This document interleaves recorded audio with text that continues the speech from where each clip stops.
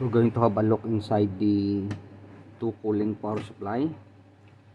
It's the KL-500 and the KL-C500.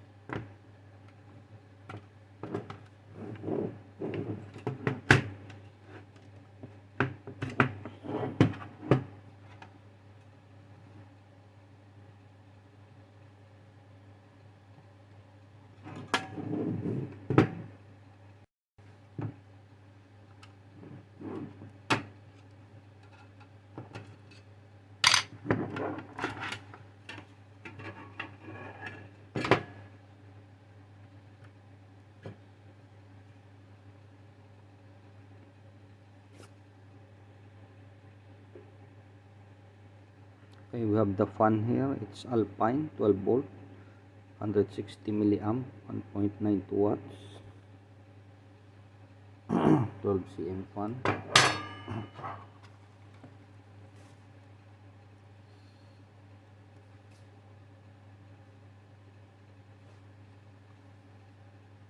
On the receptacle here, we have our Y capacitor, W1 Y capacitor on the input side, and it's part of the EMI RFI filtering on the primary side. We have 1, 2, 3 common mode choke, the yellow one, 2X capacitor, and another set of Y capacitor here. So we have two sets of Y capacitor on the receptacle and one over there. We have our primary fuse here, so there is no MOB on the input side, so there is no surge protection on this one, just the EMI RFI filtering.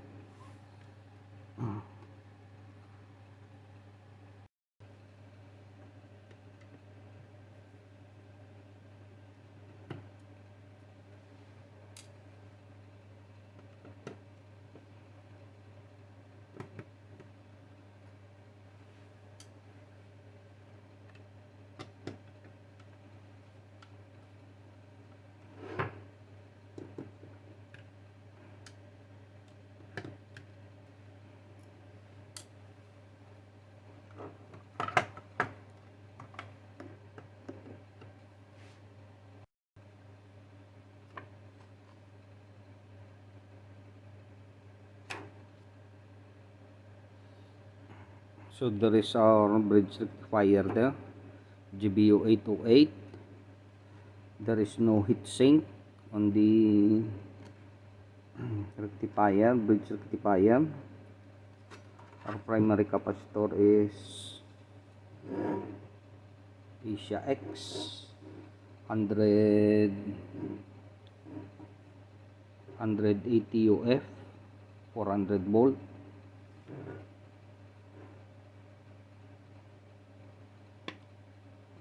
It's a group regulated power supply.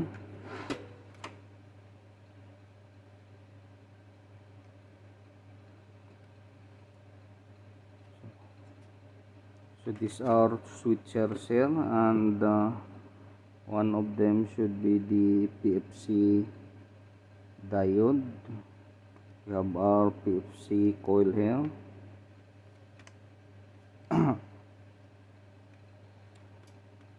The inrush current limiter is here. It's not on the filtering side, it's here. and we have an underside we have a undersized switch mode transformer here. Let's look at the secondary side. So these are all rectifier diodes on the secondary side.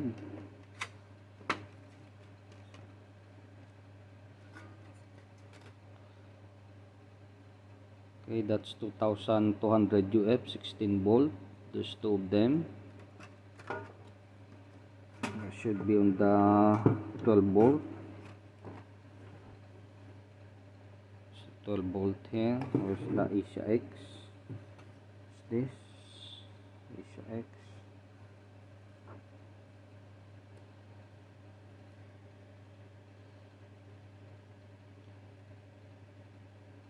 Yes, this is the AsiaX here. It's soldered on this side and this side.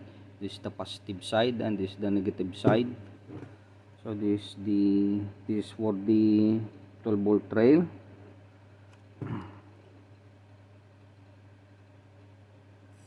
This choke, what is this choke for? Is it for the 12 volts?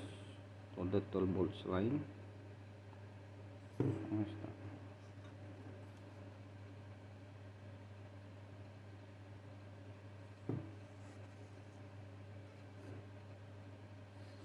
Oh yes, this choke here is for the 12 volt line. Let's see what are the other capacitors.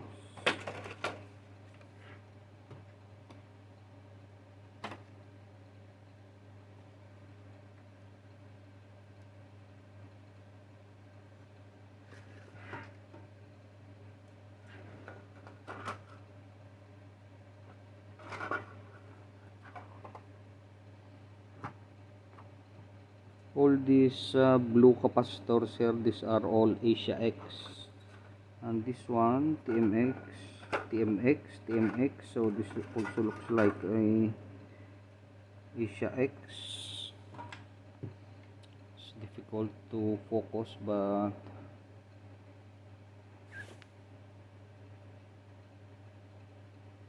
it should be also AsiaX.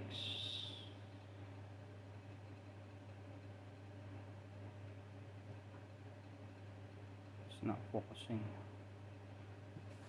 but these are also AsiaX. So these are all AsiaX capacitors on the secondary side, and the primary side, the volt capacitor is also AsiaX. This is the 5 volt BSB here. It has a separate controller for it. This chip here, this for the 5 volt BSB. When you plug the power supply, this is automatically powered on. This powers the the sensing circuit of the power supply, the power good.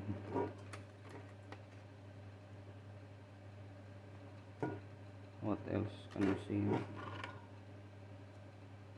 Oh, okay, the protection IC. This is the protection IC here. See what's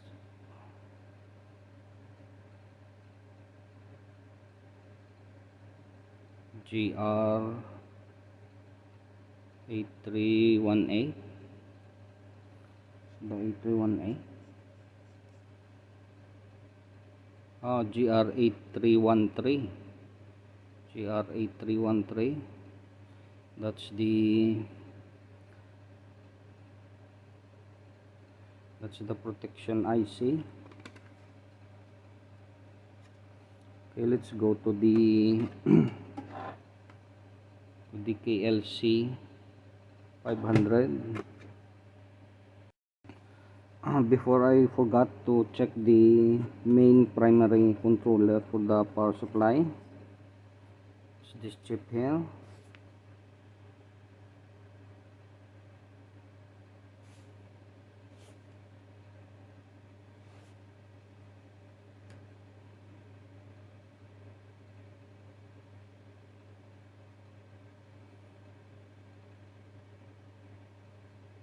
CM68001, standard one. It's a common chip. Equal to focus.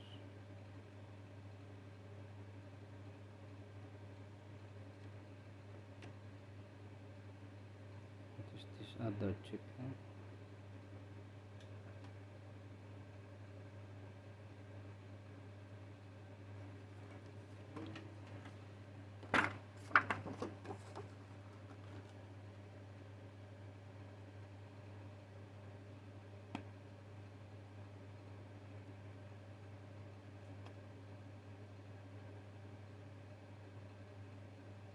Is that CM02X?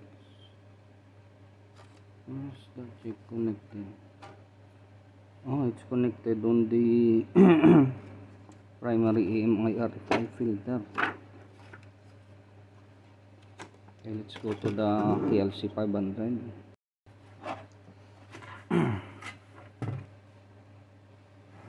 This is the KL-C500.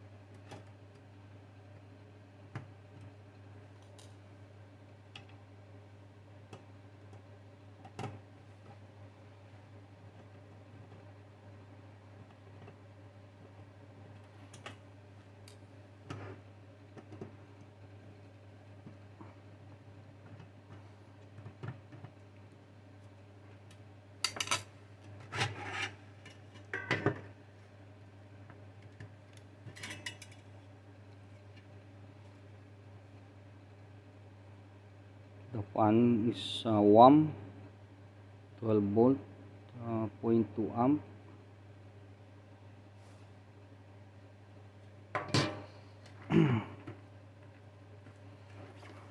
Before I forgot this, the 12 volts line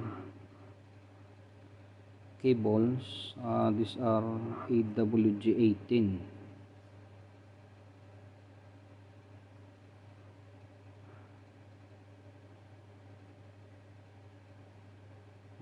Something.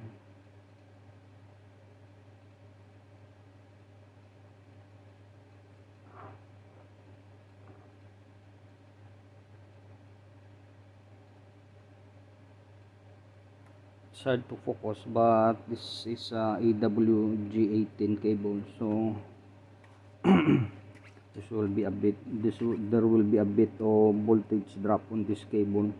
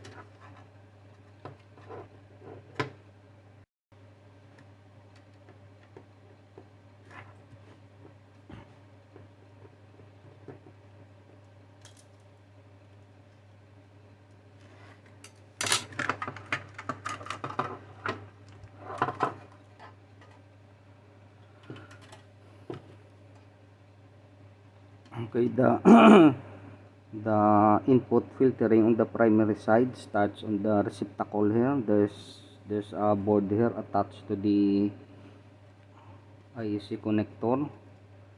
So we have a 2Y capacitor there, W1, 1X capacitor, 1 common mode choke, and the wire is wind over here in the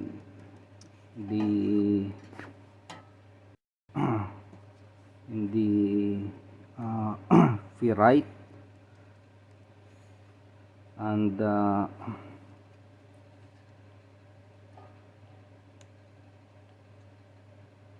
we have another set of Y capacitor here.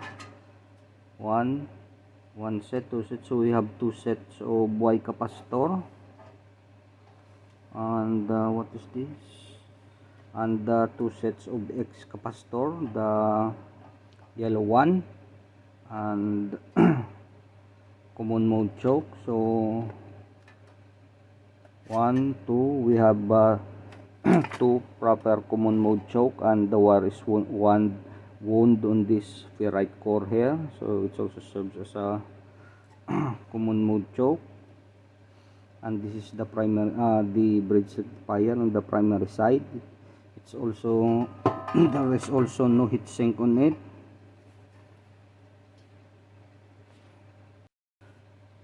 So the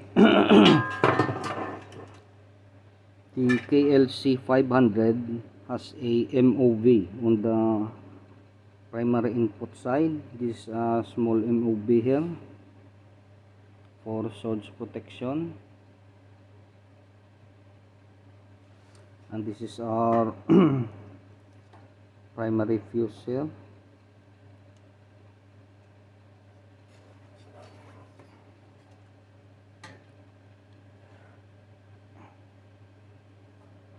The bridge rectifier is GBU 606, and we have our inrush current limiter here. We have our PFC coil here.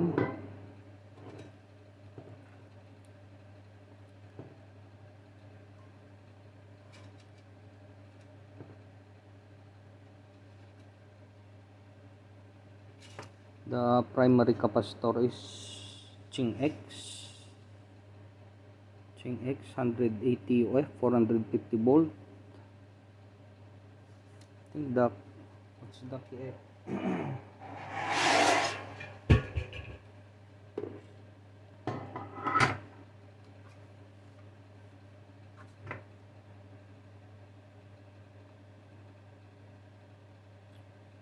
I think this 400 volt in the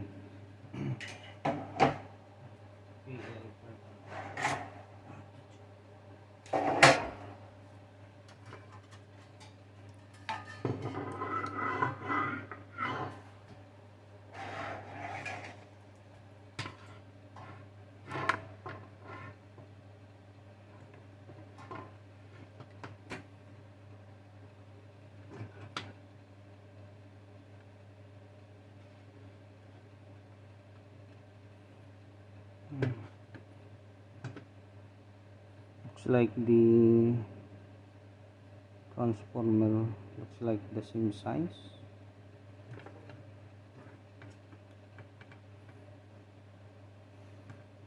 The KL-500 has a bigger PFC choke here compared to the KL-C500.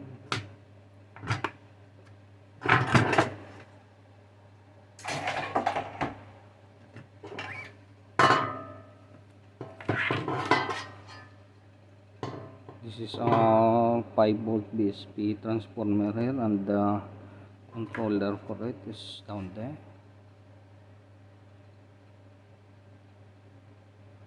This is that chip. Can we see it?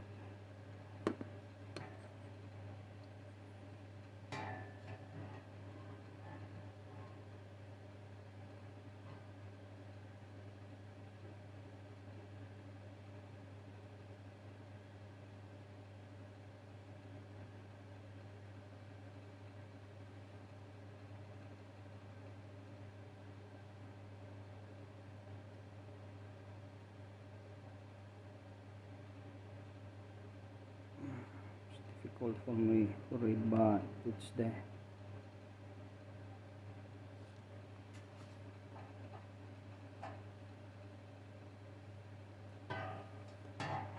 So these are two primary switcher on this side here. These two here are for the PFC, power factor controller.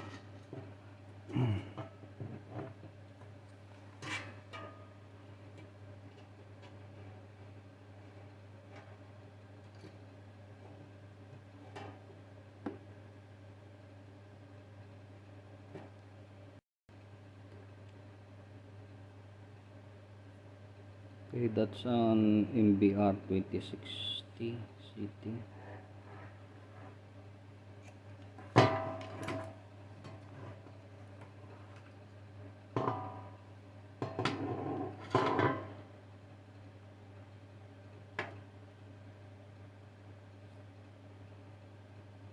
MBR 2060.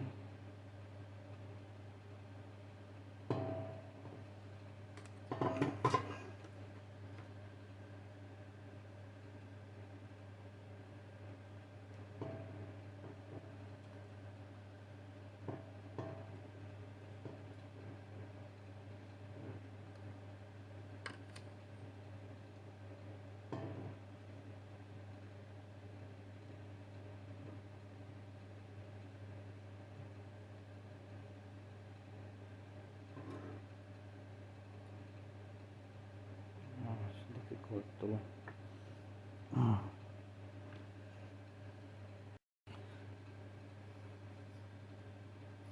So these two here, this one and this one is MBR 2045, and this one is MBR 2060. This one and this one. We have our temperature sensor here. This one, thermocouple, group regulated. Now let's look at the capacitor. Okay.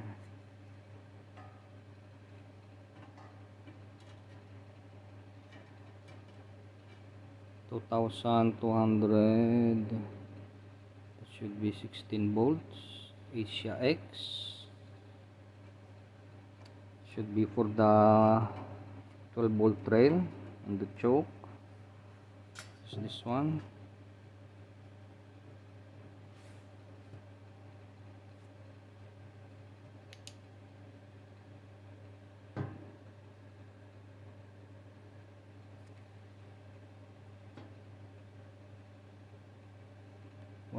UF 16 volt.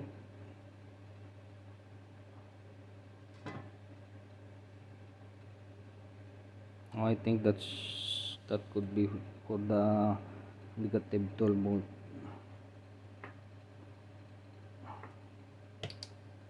Tapos the brand of this blue capacitors. Okay, this green capacitors here, these are all ChengX. Should be 105 degrees, and AsiaX, and the really cheap one, HQ, for the minus 12 volt rail.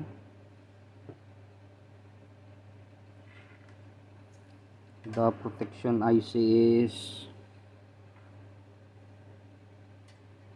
GR8313, the same with the KL-500.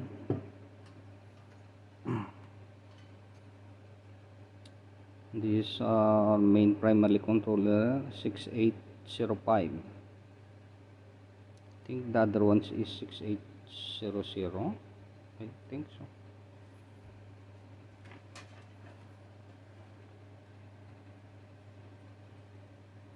Yeah, ChengX.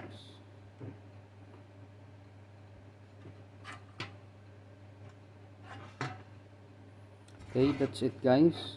Please subscribe. See you next time.